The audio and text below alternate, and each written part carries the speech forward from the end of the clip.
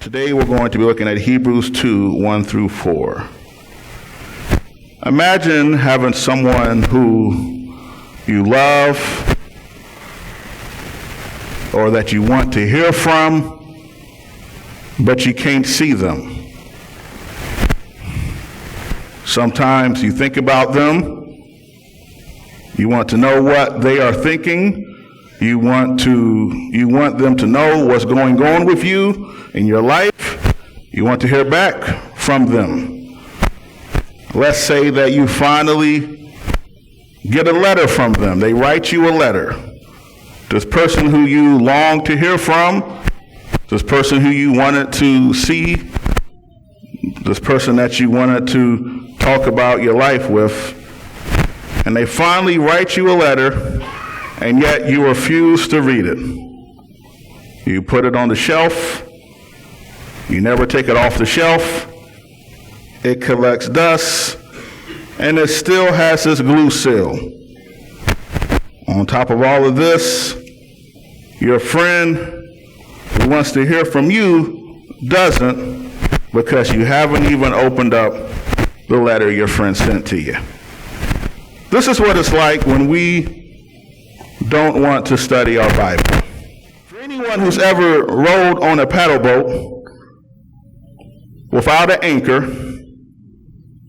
you know that if you do not paddle, you're going to drift. And it doesn't seem to matter what kind of water you're on. You're going to most definitely drift on living water or a stream or a river. But even if you're on a still waters, like a lake, you're still going to drift because the wind is going to push you around. And if you have a direction that you want to go in, you're going to have to paddle. And paddling is going to require effort. It's going to require energy. But if you do nothing, you will drift away. You will drift all over the place. Doing nothing, you will drift away. This passage is telling us that we have such a great salvation. But if we neglect it, there are consequences. There is just penalty for every transgression or disobedience. So this term neglect is a very interesting one. Many individuals believe that doing nothing at all is okay.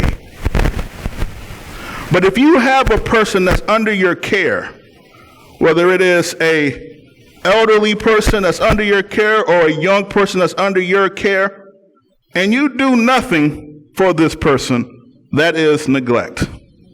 And it is punishable under the laws of the land.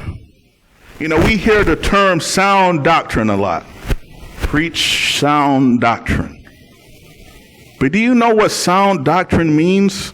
The word sound means healthy. The word doctrine means teaching.